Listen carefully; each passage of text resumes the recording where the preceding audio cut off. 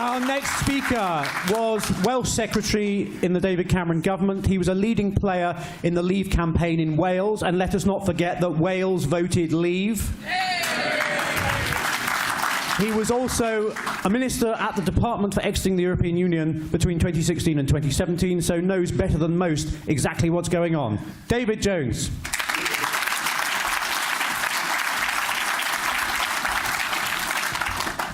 Well, thank you, Jonathan. And like Jacob, I have to start by saying what a tremendous pleasure it is to be here this evening at this celebration of what I think was the most significant, the most exciting, and the most important political moment of my life. Yes, I was involved in the campaign in Wales, and I remember with great fondness driving back from that sports centre on Deeside in the early hours of that Friday morning, and recalling paradoxically the words of Wordsworth about the French Revolution. Bliss it was in that dawn to be alive. It was a great day, and the fact that so many are here in this hall this evening, I think bears testament to the fact that so many of us are so pleased that the United Kingdom will be leaving the European Union in 2019.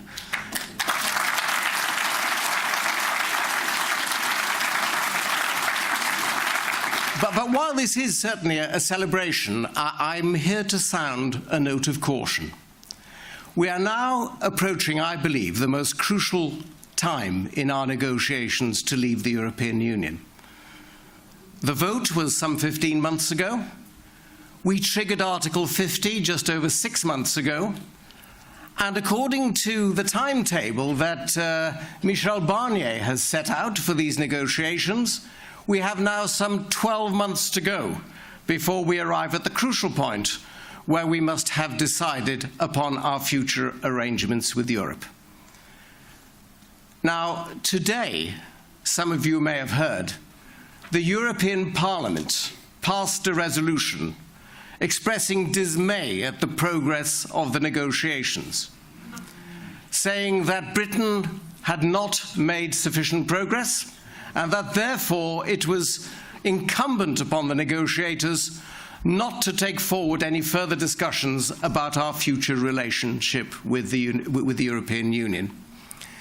And hard on the heels of that resolution, Monsieur Jean-Claude Juncker repeated those warnings and said that the United Kingdom really must understand that progress has got to be made before we can have further discussions. Now, neither the European Union, nor Mr. Juncker, nor for that matter Mr. Barnier, seem to understand that the terms of our negotiations, or the negotiations we should be having, are set out quite clearly in Article 50 of the Treaty on European Union, which says quite clearly that these negotiations on our terms of withdrawal should be set against the discussions on our future relationship with the European Union.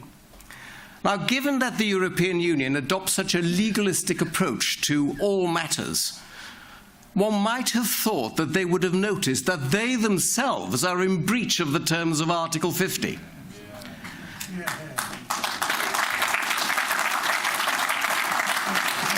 So it is a crucial point. I believe that the United Kingdom government, through Theresa May in her speech in Florence a few days ago, set out a very reasonable position.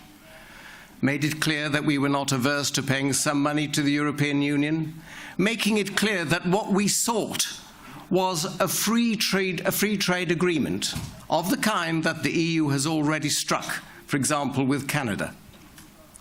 But I think that the difficulty that we have as the United Kingdom is that we do not understand what motivates the European Union. And I think that one can do no better than look at the speech delivered by Monsieur Emmanuel Macron, the new president of France, at the Sorbonne just a few days ago, in which he set out his ambitions for Europe and the trajectory that he proposed to take, in which he saw a future for a new European army, a new European civil defence force, a new European border force. And he ended by saying that he very much hoped that at the next Olympic Games to be held in Paris in 2024, the victorious European athletes would take to the podium to the strains of Ode to Joy. Well, that speaks volumes not only about Monsieur Macron's political ambitions, but also about his lack of understanding that there won't be that many European athletes winning gold medals, because most of the athletes on the podium will be going there to the strains of God Save the Queen.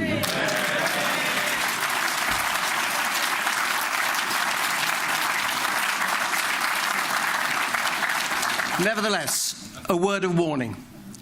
I believe that the time has now come where the British government has to understand and to recognise publicly that it may well be that we do not strike an agreement with the European Union through no fault of our own. We've made a broad and generous offer, but through the fact that we have on the European side a dogmatic adherence to a deepening and a widening and a broadening of the European project. And what they seek from these negotiations is not a free trade agreement, but an arrangement whereby others may be deterred from leaving the European Union. So I believe that we have to make our position very clear. I think that the British government has to publish its position paper showing what we will do if no deal is struck. I think that we have to make it public very soon, certainly after the European Council this month. And furthermore, we have to make it very clear to the negotiators on the EU side that if we don't see any progress towards that free trade agreement, then we will take it that they are not interested in a deal, and we will simply proceed to trade with them as we do with the rest of the world on WTO terms.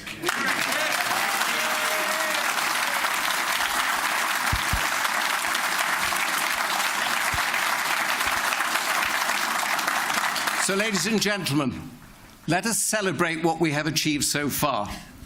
But let us make sure that in the months ahead, the British government makes it clear to the European Union that we are not prepared to wait indefinitely, that we want a good relationship with the EU, but at the same time, we intend to safeguard the interests of this great country, and that, if necessary, as Churchill once said, very well then, alone.